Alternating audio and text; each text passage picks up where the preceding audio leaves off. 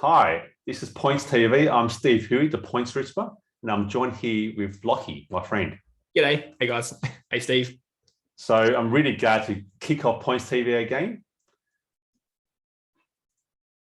A little bit about me, if you don't know, I'm all over LinkedIn, so you probably know me from LinkedIn. The authority on points in Australia, all over the news. But more about that later. So today is Thursday, the 16th September, and we're going to be talking about all the things about points and travel. There has been a lot happening too.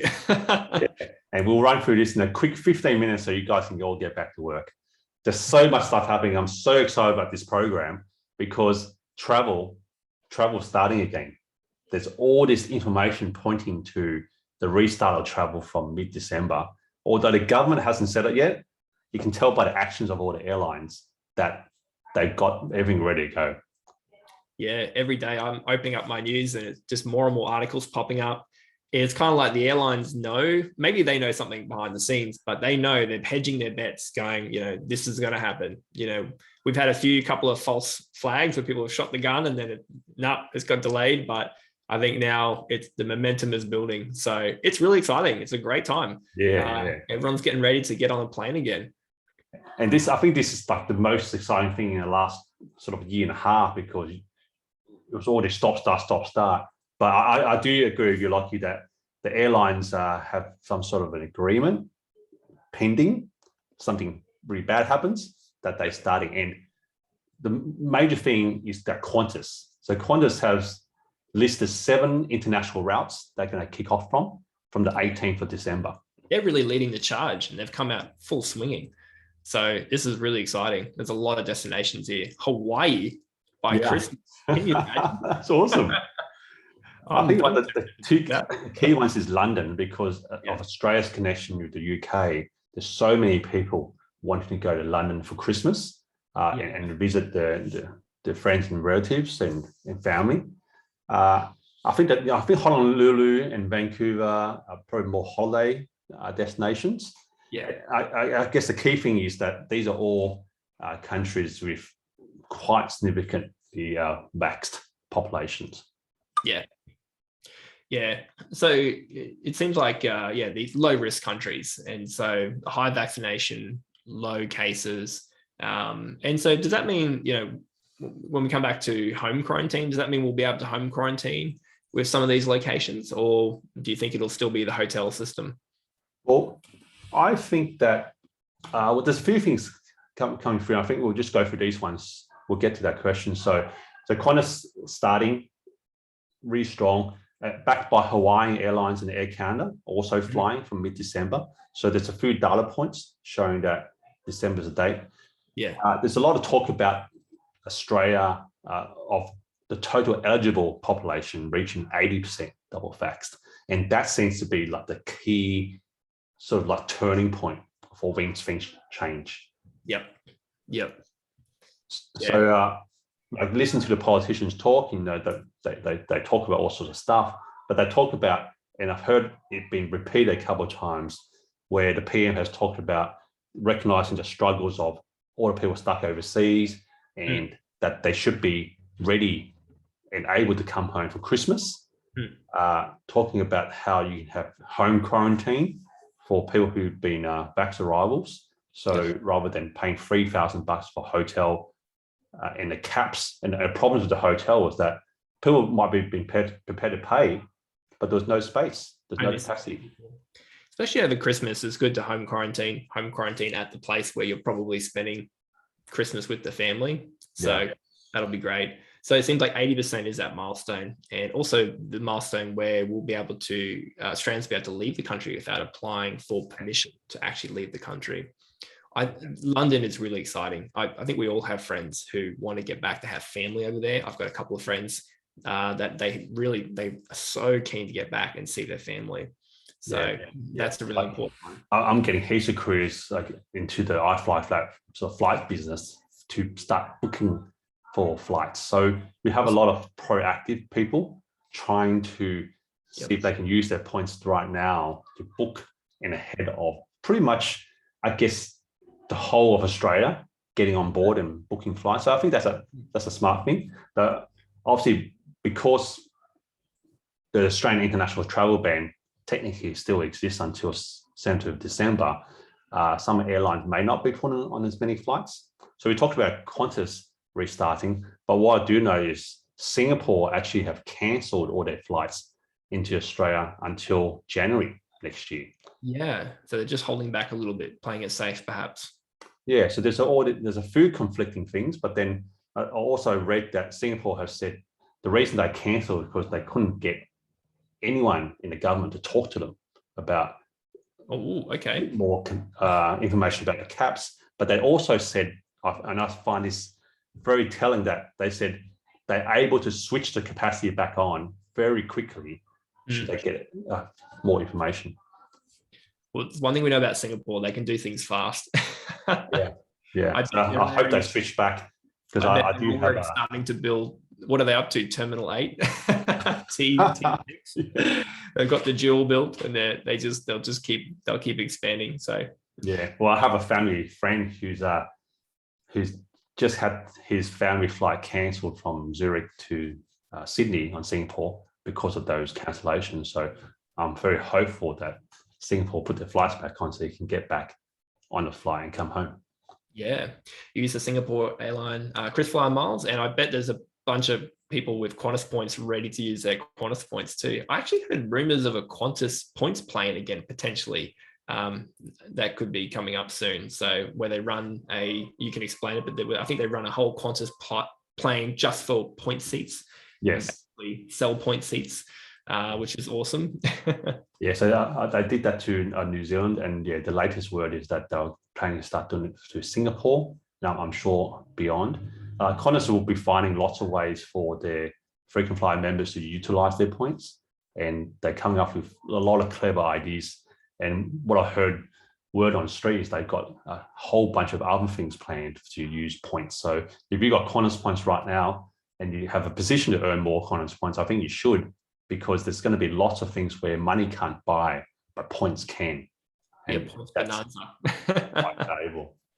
Oh, that's going to be great. I also want to talk about sort of like the use of rapid antigen tests. That's something that only really just, like, overseas been using this for a while, but Australia have always shunned it because it wasn't as accurate.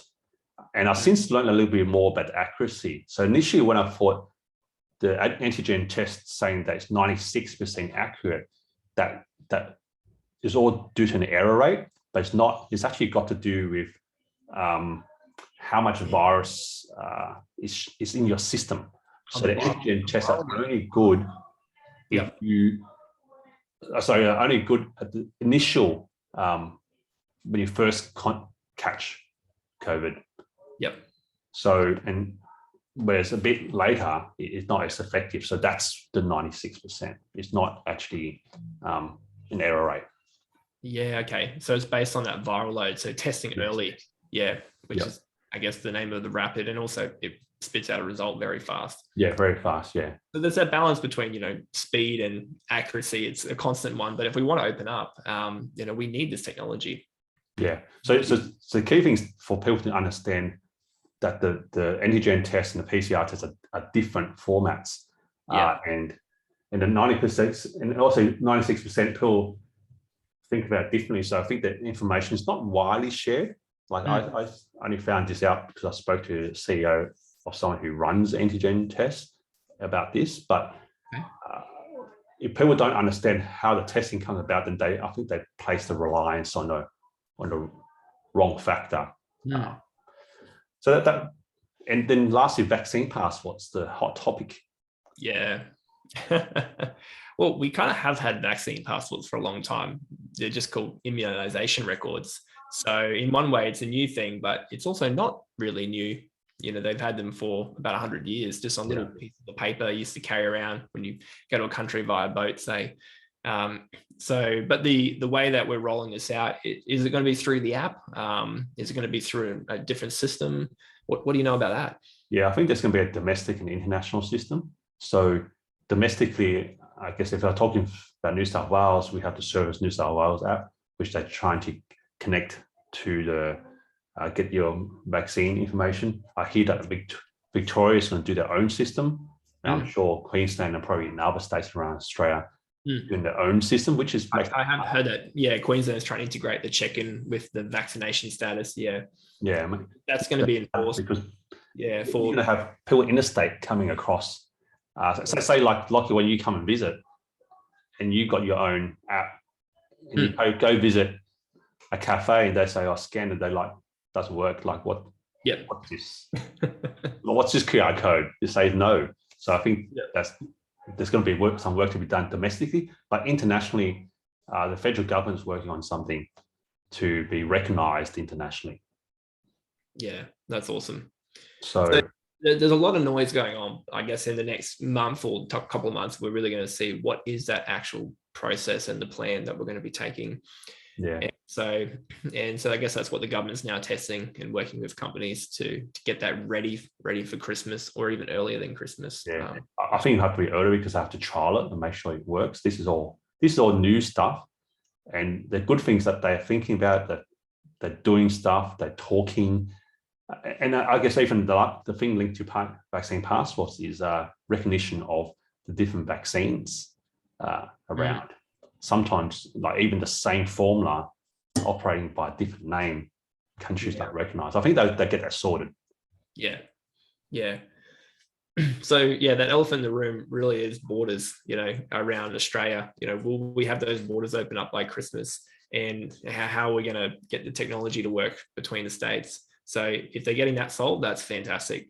But what's really exciting is the international borders as well. Having that open again is going to be awesome. It's great for Christmas time. Yeah. I've got some tips.